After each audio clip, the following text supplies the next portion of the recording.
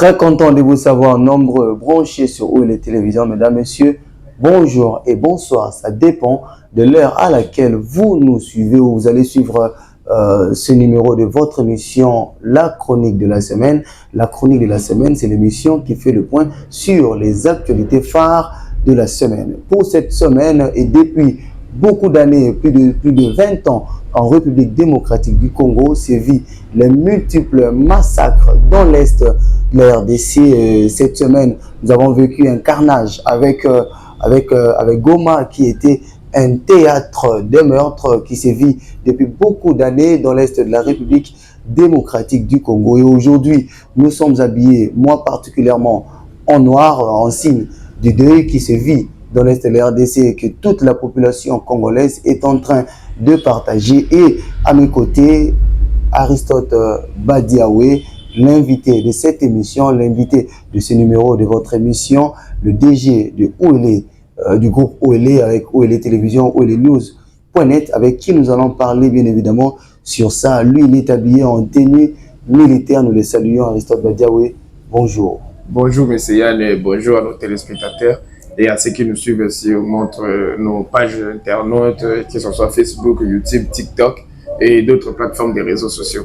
En effet, je suis habillé en tenue militaire pour dire que si vous êtes en deuil, moi je ne suis pas, moi je suis dans une position offensive, donc on va vraiment contre-attaquer et puis restaurer notre droit. Très bien, position offensive et nous compatissons avec nos familles, avec nos Congolais. Ce sont des Congolais, ce sont des compatriotes qui meurent dans l'Est de la République démocratique du Congo. Nous pleurons tous les jours, nous demandons aux autorités, non seulement aux autorités, mais à toutes les forces vives de la RDC de se mobiliser comme un seul homme pour mettre fin à ces hostilités qui sévissent dans l'Est de la République démocratique du Congo. Nous proposons d'observer 1 minute de silence en l'honneur des victimes de l'Est de la RDC.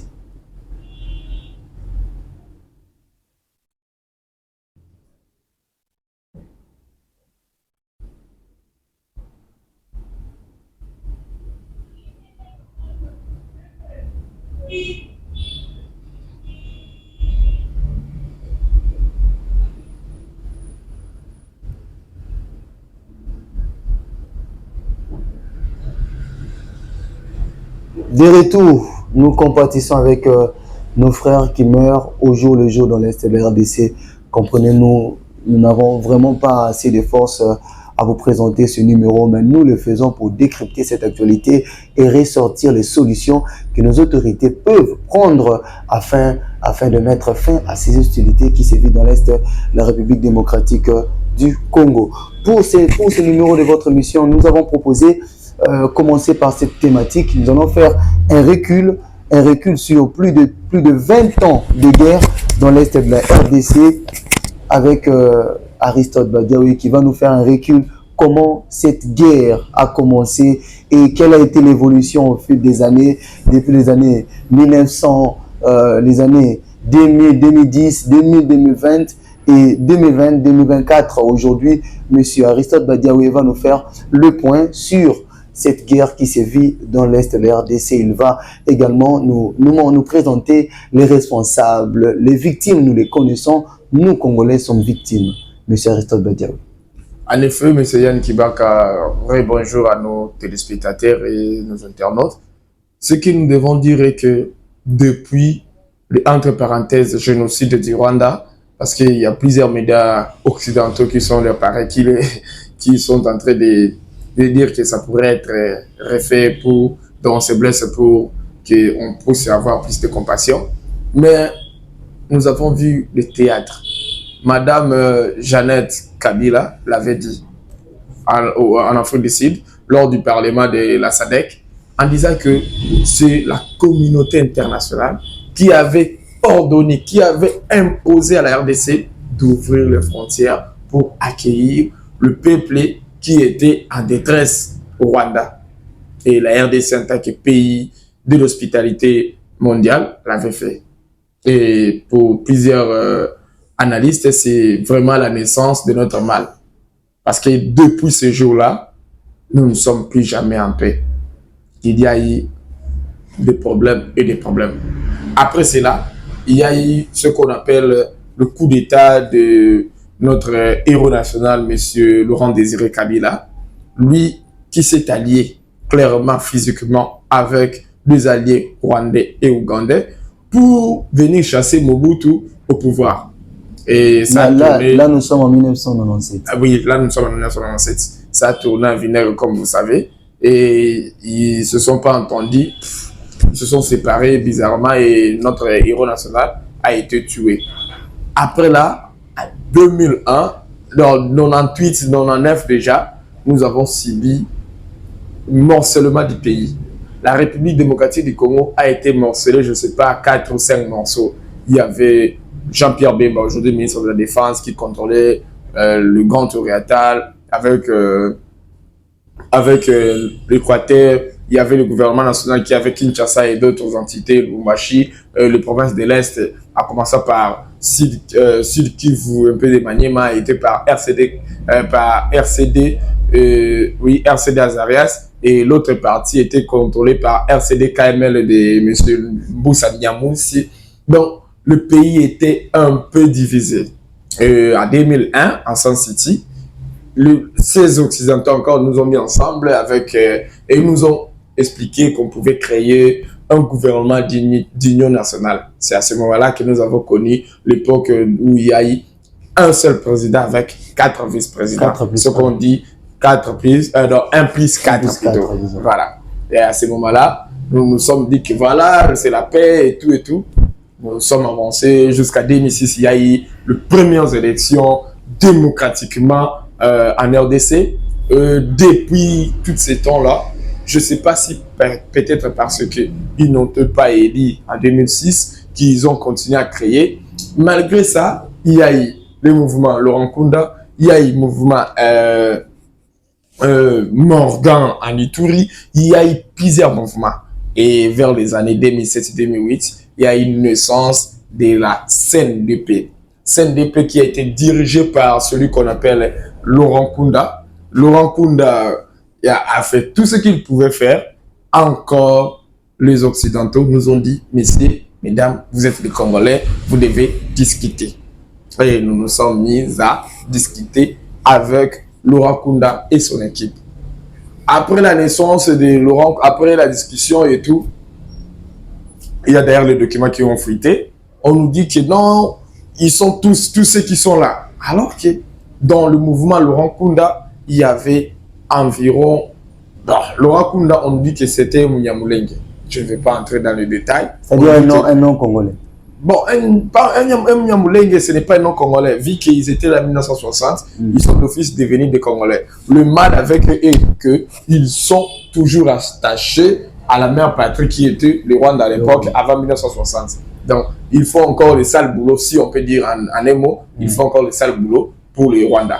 Et à l'intérieur, il n'y avait pas seulement les Yamulenge, il y avait aussi le Rwandais de naissance et de nationalité. Mais l'accord exigeait que toutes ces personnes-là, tous ces soldats-là, deviennent de Congolais, qu'ils soient soit brassés, soit mixés, soit démobilisés pour qu'ils participent dans la gestion politique, sécuritaire, sociale du pays. D'après le document qui circule dernièrement. Là, c'est un accord de quelle année? C'est l'accord de 2009, l'accord qui a fait naissance après que, non, je dois dire, c'est le 2008-2009, après qu'ils ne se sont pas entendus, après le signature que M. Tshibanda avait signé de la part de la RDC et qu'il y a eu l'ancien président nigérien qui était comme médiateur.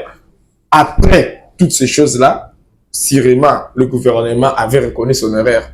Il n'a pas voulu exécuter l'accord comme était déjà exécuter l'accord correctement. C'est pourquoi est né le 1-23 2009. Donc, le 1-23, c'est quoi? C'est le mouvement du 23 mars. 23 mars 2009. C'est parce que ce jour-là, on a signé. Je ne sais pas si on avait vraiment toutes les idées en place pour signer, et par après, nous avons nié. Et ce qui fait que le M23, c'est-à-dire, M. CNDP, oui. Le M23 est composé de Congolais et de non-Congolais.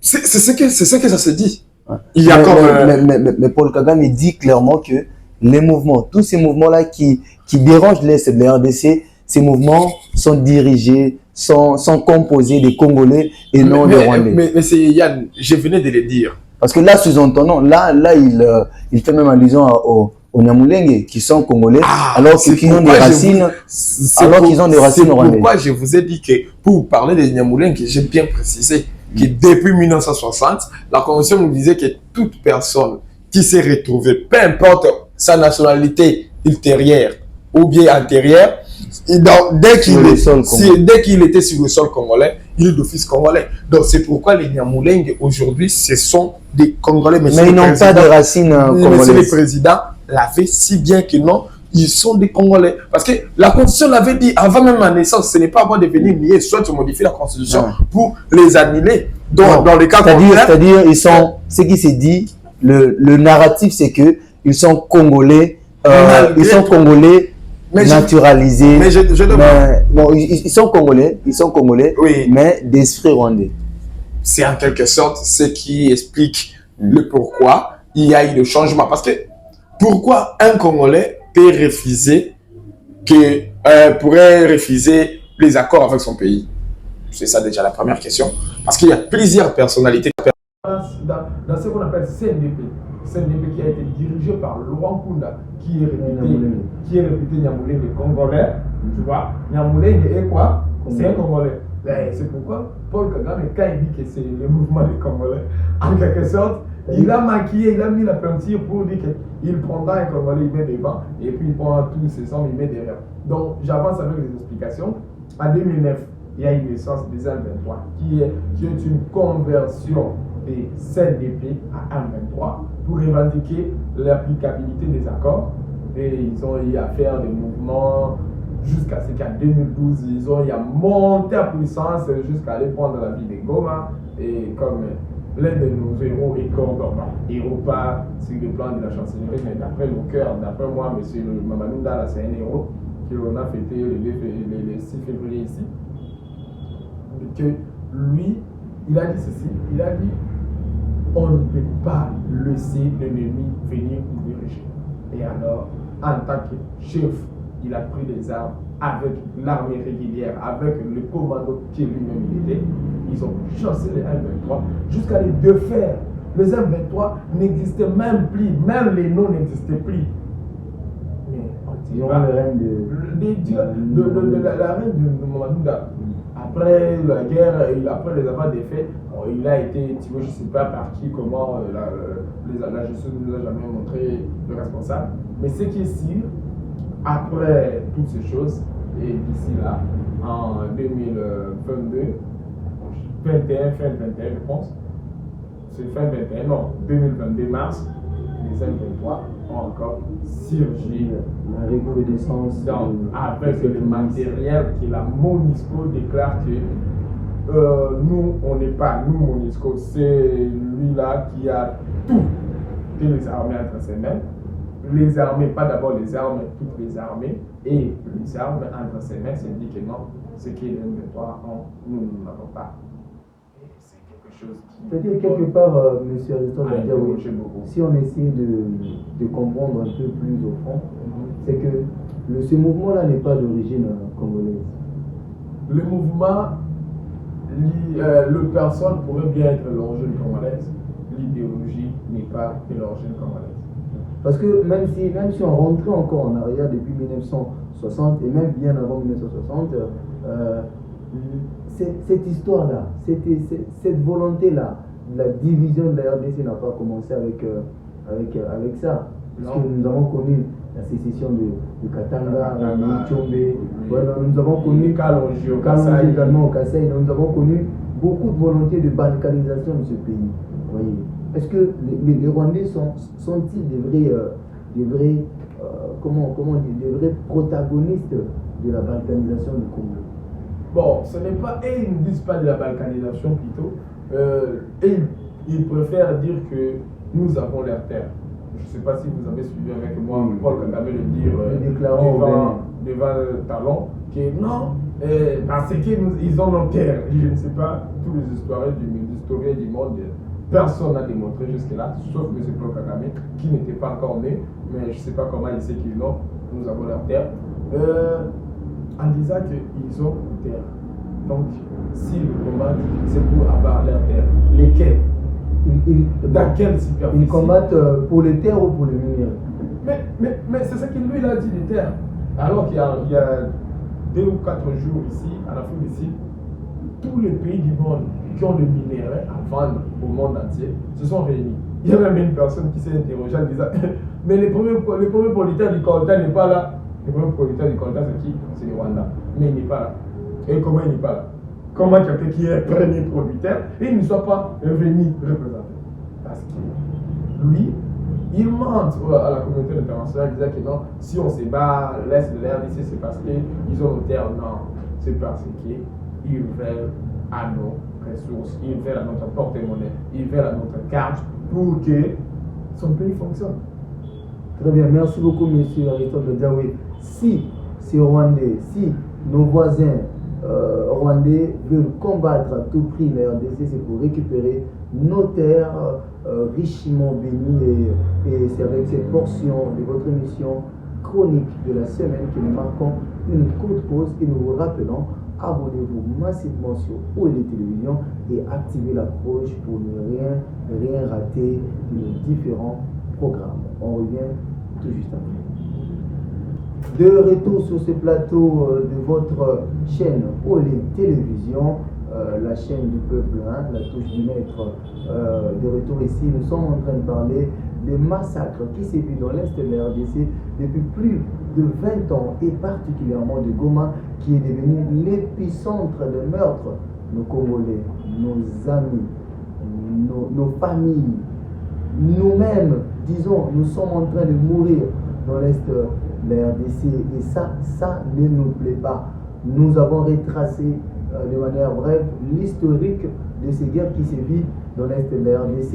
Et là, maintenant, nous nous projetons dans la deuxième partie pour un peu parler des incitateurs, des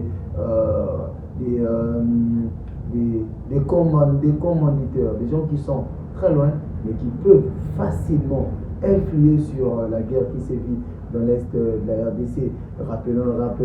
Rappelons également la présence de la MONUSCO depuis des années dans l'Est de la RDC, ce que nous avons également oublié dans la première partie, une présence qui s'avère inefficace, et donc la population, rappelez-vous, l'année passée, la population a réclamé le départ de la MONUSCO, et le président en avait pris acte, un départ qui est en cours. Et là, nous prenons la deuxième partie. Bien évidemment, nous avons évoqué la MONUSCO. Profitons-en pour poser la question à M. Aristote Badiaoué, DG du groupe où il est, sur la question de savoir les positions des Occidentaux. Où sont les Occidentaux? Sont-ils du côté RDCien ou du côté rwandais? Ou soit, et même eux, les Occidentaux, sont divisés en parties. Parce que ici, il n'y a pas de ni pour ni contre, on doit prendre une partie. C'est la même chose qui s'est fait en Ukraine. On est soit pro-russe, soit pro-ukrainien. Les Occidentaux sont-ils pro-Kinshasa ou pro-Kigali? Monsieur Aristote Badiaoué. Nous faisons le point avec le discours du président polonais. Et si on connaît déjà le discours du président polonais, vous aurez directement la réponse qu'ils sont tous pro-Kigali. Pourquoi ils sont tous pro-Kigali? Le président polonais l'a si bien dit en disant que Monsieur Paul Kagame, je vous rassure que si la RDC s'aventurait à attaquer le Rwanda, moi, président du Pologne, je donnerai au Rwanda les armes pour contre-attaquer en RDC. Ah ouais. Il y a seulement 4 mois, on était en Égypte pour parler de la COP29 de l'environnement. Et le monsieur avait dit plutôt à notre premier ministre Sam Konde que non, monsieur, j'ai compris vraiment, vous souffrez, voilà, donc Paul Kagame ne devrait pas faire ça, et la communauté internationale non plus. Moi, je suis vraiment du côté de la RDC. Qu'est-ce qui lui a fait changer? C'est une interrogation. Une ironie peut-être. Sûrement, avec nous, il nous a. Bon, je ne peux pas dire le mot conseiller. Non, il a juste. Il s'est moqué de nous. Même si c'était le cas, mon frère. Nous savons que quelle est la guerre que la Pologne a combattue. Donc, c'est pourquoi, même s'il est du côté du Rwanda, pour moi personnellement. Ça ne vous inquiète pas. Non. Parce que le Pologne n'est pas un pays que nous, on peut quitter la RDC pour aller acheter des armes en Pologne. Je ne pense pas, je ne vois pas que le gouvernement, même s'il ne nous achète pas des armes à qualité. Mais peut-être également, ce pays, la Pologne, veut se faire un nom à travers ce Non, il ne peut pas parce qu'il n'a pas le poids. Même dans l'Union européenne, il ne pèse pas, même pas dans l'OTAN. Donc, lui, d'ailleurs, c'est un pays qu'on prend pour faire nombre. C'est un pays suiveur, comme on dit dans la communication des organisations. Il ne peut pas être. Il n'est ni challenger, ni leader. Et sa position. Et quelle est la position des leaders alors? La position des leaders, c'est clair. On nous dit qu'à 2012, pour que les M23 soient défaits, comme malgré l'armée avait mis pression, il y avait l'appel de Barack Obama. Et qui est Barack Obama, bien sûr? C'est lui, le leader du mouvement occidental à l'époque. Et aujourd'hui, quand on voit que M. Biden n'a jamais pris parole sur cette situation, il envoie souvent le secrétaire d'État à la sécurité, M. Anthony Blinken, qui s'y prend souvent et tout, malgré qu'il nous appelle toujours à la discussion. C'est d'ailleurs leur souhait. Si nous sommes là où nous sommes, c'est eux. Ce sont eux qui nous ont dit non, discuter avec CNDP. Nous avons discuté avec CNDP. Ils ont proposé des sujets que nous, ça ne nous a pas pris. Je ne sais pas pourquoi l'envoyé spécial du gouvernement avait signé. Je pense j'imagine même qu'il était sous pression. Parce que l'accord disait que acceptez-vous que tous les Rwandais qui sont dans le CNDP deviennent le Congolais. Et le ministère avait signé. C'est déjà une question qui reste à poser. Soit il était sous pression, soit il y avait quelque chose. Donc, les Occidentaux en général bénéficient à grand compte de ce qui se fait à l'est de la RDC. Preuve en est que Paul Kagame, maintenant, il dirige le pays francophone du monde. Et il n'a jamais prononcé le mot français dans sa bouche. Je ne sais pas sur base de quoi il dirige ce pays. Il a mis une dame, je ne sais pas c'était le nom. Il y a comment on appelle? Il y a une association des bailleurs de fonds, des entrepreneurs, des vendeurs, des grands vendeurs de produits aux multinationaux. Et qui est le président maintenant? C'est le fils de Paul Kagame. Et ce sont les premiers producteurs du coltan. Malgré qu'ils ne sont pas, ils n'étaient pas en Afrique, ils étaient représentés. À part ça, il y a les entreprises, comme il y a eu une entreprise américaine, j'ai oublié le nom, de la fabrication de véhicules, qui est venue s'installer au Rwanda. Au Rwanda, un pays si je peux évaluer à plus de 14 millions de touristes. Donc, tout Kinshasa, pas tout Kinshasa. Ngali Maman Afula, c'est le Rwanda sur le plan population. Mais une entreprise qui pourrait venir vendre à plus de 120 millions de Congolais préfère aller s'installer au Rwanda où il y a juste 14 millions en quelque sorte, ou 10 millions. C'est qui a posé des questions. Dans le commerce, c'est toujours le nombre. Une entreprise préférerait vendre à 5 000 personnes à $1 que vendre à 10 personnes à $10. Monsieur Richard Badiaoui, pourquoi les Occidentaux préféreraient s'allier au Rwanda en ce qui concerne le commerce que la RDC? Il faut se poser une question. Ont-ils ce poids-là? Sont-ils plus ouverts aux Occidentaux que nous? Comment? Mais quand il vous est déjà arrivé d'habiter dans une parcelle où à côté il y a des chantiers, il y a des meubles, il y a une publicité qui passe sur RTNC où les maçons ils travaillent et ils regardent les voisins, ils lui montrent à partir, tu vois, les sacs de ciment ici c'est à vendre. Ce n'est pas lui, c'est le sac de ciment du propriétaire qui est censé construire la maison. Et lui il montre, dès que l'autre là veut le sac de ciment, même si on les vend aujourd'hui à 27 000 dehors, il peut l'avoir à 18 000, à 12 000. Et l'autre va le vendre. Et est-ce que ce qu'il va vendre, c'est son produit? C'est comme ça.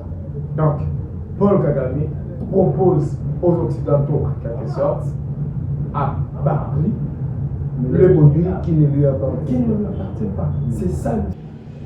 Oui, comme je disais, M. Vital Kamerhe les a si bien en disant que nous avons proposé aux Occidentaux de venir acheter chez nous au même prix.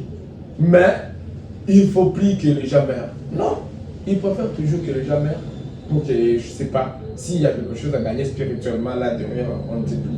Mais physiquement, ils ont tout ce qu'ils devaient avoir pour qu'ils ne puissent plus acheter chez le Rwanda, mais ils vont quand même acheter.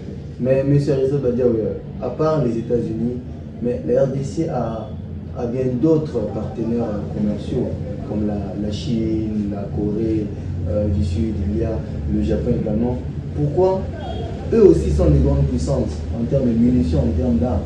Pourquoi eux ne peuvent-ils pas manifester leur position en soutenant la RDC dans ce qui se passe dans l'Est de la RDC?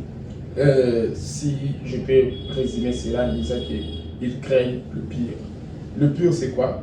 Le pire est que si et seulement si la Chine mettait son poids dans la balance, il pèse beaucoup. Et la guerre risquerait de quitter le sol congolais pour aller sur le sol international. C'est pourquoi on peut dire que la Chine, Turquie, les autres, tous nos ambassadeurs, nos partenaires là, ils ont un peu des requis. S'ils pourront nous aider, ils le feront dans l'ombre, mais ils ne le feront pas physiquement ou la journée. Mais la personne qui nous inquiète, c'est le Chinois. Les Chinois, ils ont beaucoup investi en RDC. Mais quand ils n'arrivent pas à protéger leurs investissements, parce que plus il y a l'insécurité, plus vos investissements sont en danger. C'est ce que les Occidentaux font. Il y a des guerres que l'État américain peut soutenir, peut financer. C'est justement parce qu'il y a des entreprises américaines qui sont dans ces pays-là et qu'ils veulent protéger. Parce que ces gars-là les amènent beaucoup d'argent chez eux. Donc, c'est à quelque sorte, parce que l'investissement chinois de l'étranger, ça rapporte 40% de l'économie nationale. 40% de l'économie nationale de la Chine, pas de la Chine. Donc, si la Chine changeait sa politique de la défense ou de la protection des investissements, ça serait beaucoup mieux. Et nous avons d'autres partenaires qui viennent, malgré en RDC, il n'y a pas vraiment des entreprises russes, mais apparemment la Russie essaie un peu de nous donner, d'étendre un peu plus la main à la RDC par rapport à d'autres. L'Union européenne, et même, ils n'en parlent plus. Il n'y a qu'un député européen qui, ces derniers temps, c'est Bottega, oui, honorable Bottega du Parlement européen, il en parle, c'est un monsieur que je félicite personnellement. Et je souhaite même nous voir pour qu'on en discute en place par rapport par rapport à plusieurs données qui peut-être il manque, qu'on peut lui donner pour qu'il puisse en parler à l'Union européenne. Si vraiment nous avons des partenaires, mais qui veulent seulement à notre proche, à notre richesse, mais qui ne sont pas prêts à nous protéger. Donc, qui ne veulent pas notre bien-être. Donc, ça c'est sûr. Il y a même un vieux qui m'a dit, petit, Congo va considérer monsieur le Tichat.